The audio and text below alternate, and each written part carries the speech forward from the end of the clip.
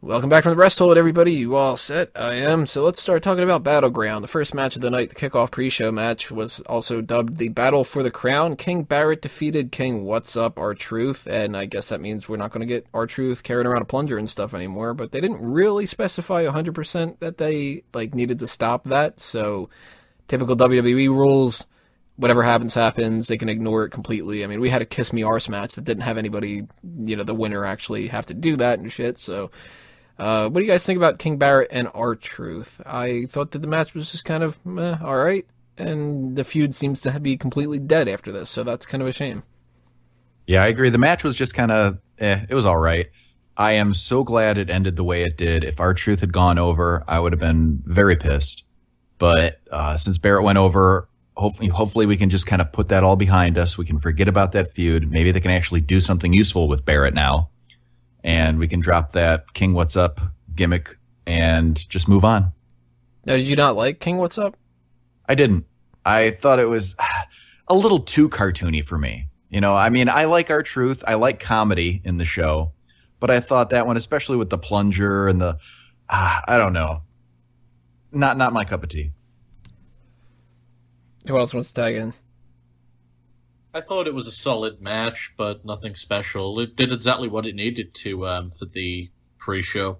Normally, when they have a pre-show, I'm kind of in favor of a babyface winning just to get the fans kind of pumped up. So, I think it's not the best placement on the card, but if it finally shuts the door on this feud, then it's probably what's best.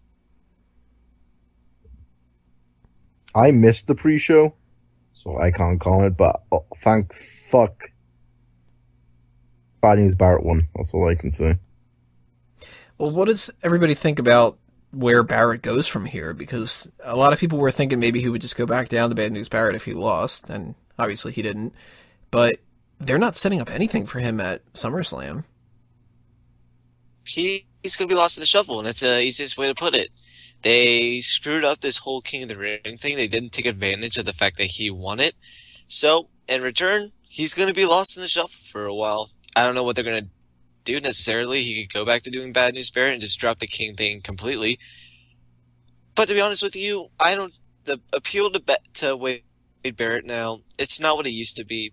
If he were to just disappear after this, I would not miss him. I think there's enough people coming up and on the roster right now that can replace him. So if I were to get told he got fired tomorrow, I wouldn't complain too much. I would just look at it as one of WWE's biggest failures, but I wouldn't be missing him. It's too early to write off Barrett right now. We got over 4 weeks until SummerSlam. So there's plenty of time for them to start the program. They built one match for SummerSlam. There's still plenty of room on the card. Well, they've got more than the one match. I mean, we know that the Divas are going to have some kind of a match. We know that Ziggler and Rusev most likely are. We got to have... No, we don't know that. We have... As a matter of fact, I'm pretty sure Ziggler's not having a match at SummerSlam. Yeah, he's not due to be back until after. But to be fair, though, they were hinting at what the WWE Championship match will be. So they've kind of settled that down, but there's at least the two big matches on the card. They could have been teasing us. I mean, they could have just had John Cena out there to shit-talk Seth Rollins for a little bit and then go on their own ways. And we've got the Wyatt family situation. But you do know that there's going to be a WWE Championship match, so technically, there will be at least two matches on the card. Well, we know roughly that there's about 5 matches that they seem to be building toward at the very least. And when you start thinking of some of the other people that are higher up on the card that don't necessarily have something built up yet, I'm thinking that there's more likely a match that's going to happen with Owens and Cesaro than anything with King Barrett. Do we know if Ryback's scheduled to be back by SummerSlam? That I don't know. I hope so. He should be able to recover from a staph infection in 4 weeks. Yeah, I would assume that they're probably just going to...